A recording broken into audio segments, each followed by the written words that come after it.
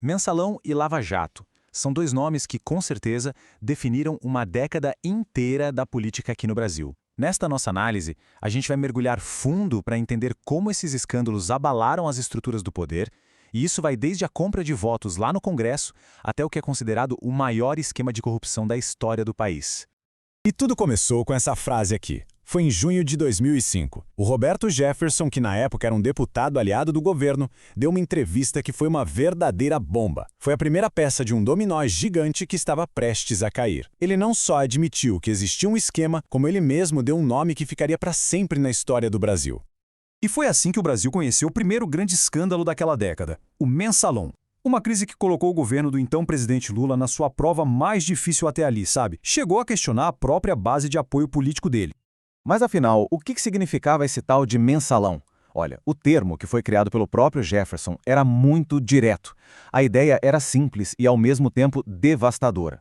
Uma mesada paga para parlamentares para que eles votassem a favor dos projetos do governo. Era, no fim das contas, a compra de votos bem ali, no coração do poder. E a escala do negócio era impressionante.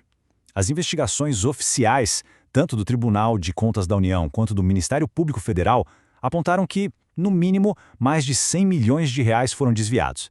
E olha que o operador do esquema, o Marcos Valério, chegou a dizer que o valor total podia ter chegado a 350 milhões.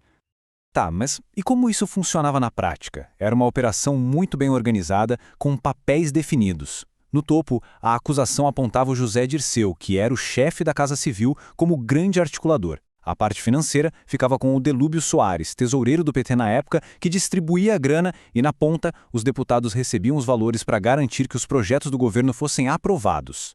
O resultado disso tudo? Anos depois, veio um julgamento histórico no Supremo Tribunal Federal. Em 2012, figuras centrais do esquema foram condenadas. Nomes como José Dirceu, Delúbio Soares e o operador Marcos Valério, todos eles receberam penas de prisão. E veja só, até o próprio delator, o Roberto Jefferson, foi condenado. Isso mostra o alcance que as decisões tiveram. Mas o Mensalão não foi um caso isolado, não. A década seguinte foi assim uma sequência de denúncias e crises. A gente teve a renúncia do ministro Palocci, a famosa faxina de Dilma com a queda de vários ministros, até que, em 2014, uma nova investigação que começou bem pequena e ia mudar o Brasil para sempre. E é aí que a gente entra na Operação Lava Jato, um verdadeiro terremoto político. Se o Mensalão abalou as estruturas, a Lava Jato veio para redefinir completamente o cenário político e empresarial do país. O alcance e as consequências foram algo que a gente nunca tinha visto antes. O mais curioso é que a Lava Jato começou de um jeito bem modesto. A investigação inicial era sobre doleiros que operavam num posto de gasolina, para você ter uma ideia. Só que os investigadores foram puxando um fio que levou até um ex-diretor da Petrobras, o Paulo Roberto Costa. E a partir daí, o que se descobriu foi um esquema gigantesco de corrupção na maior empresa do Brasil. Os números da Lava Jato dão uma noção da dimensão da coisa. A operação não ficou restrita a um partido só, não. Envolveu nomes do PT, PP, MDB, PSDB e vários outros. E o resultado financeiro também foi impressionante. Até 2022, a operação conseguiu recuperar cerca de 25 bilhões de reais para os cofres públicos. É muito dinheiro.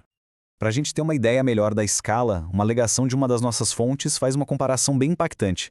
Dizem que o volume de dinheiro desviado da Petrobras foi maior do que todo o ouro que Portugal levou do Brasil durante um século inteiro. É uma imagem bem forte para ilustrar o tamanho do desvio. Só que a jornada da Lava Jato nos tribunais foi tudo menos uma linha reta. Foi uma verdadeira saga, sabe, de condenações que pareciam certas, seguidas por reviravoltas totalmente surpreendentes nos tribunais superiores. Isso acabou criando um legado jurídico bem complexo e, claro, super controverso. O momento de maior impacto da operação foi, sem dúvida nenhuma, a prisão do ex-presidente Lula em abril de 2018. Ele foi condenado no caso do Tríplex do Guarujá. A prisão de um ex-presidente por corrupção foi um marco, tanto na história do país quanto na da própria operação. E aí veio a grande reviravolta. Em 2021, o STF anulou as condenações do Lula. E aqui é super importante entender o porquê, tá? A decisão não entrou na questão se ele era culpado ou inocente. O ponto foi outro, uma questão processual. O Supremo entendeu que o processo ocorreu na jurisdição errada e também apontou a suspeição do juiz. E esse detalhe técnico mudou todo o curso da história. E por falar em reviravoltas, o que aconteceu com os condenados lá do primeiro escândalo, o Mensalão? Então, poucos anos depois do julgamento, muitos dos principais réus, incluindo José Dirceu e o Roberto Jefferson, tiveram suas penas extintas por indultos presidenciais. Essa medida permitiu que, com o tempo, eles recuperassem seus direitos políticos. Tudo isso nos leva a um legado, extremamente controverso. Tanto o Mensalão quanto a Lava Jato não são vistos da mesma forma por todo mundo. As memórias desses eventos são, até hoje, um verdadeiro campo de batalha de narrativas. Um ponto de virada fundamental para a reputação da Lava Jato foram os vazamentos da Vaza Jato. Mensagens que foram publicadas pelo The Intercept Brasil sugeriram que havia uma colaboração que não deveria existir entre o juiz Sérgio Moro e os procuradores. E essas revelações, claro, deram muita força para as acusações de que a operação tinha, na verdade, motivações políticas.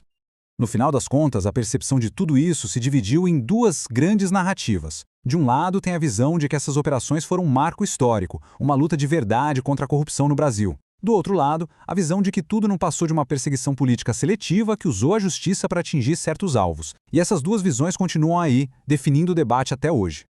E assim, a gente chega na pergunta final, que fica para a gente pensar. Depois de tudo isso, de denúncias, prisões, anulações, controvérsias, o que é que ficou de verdade?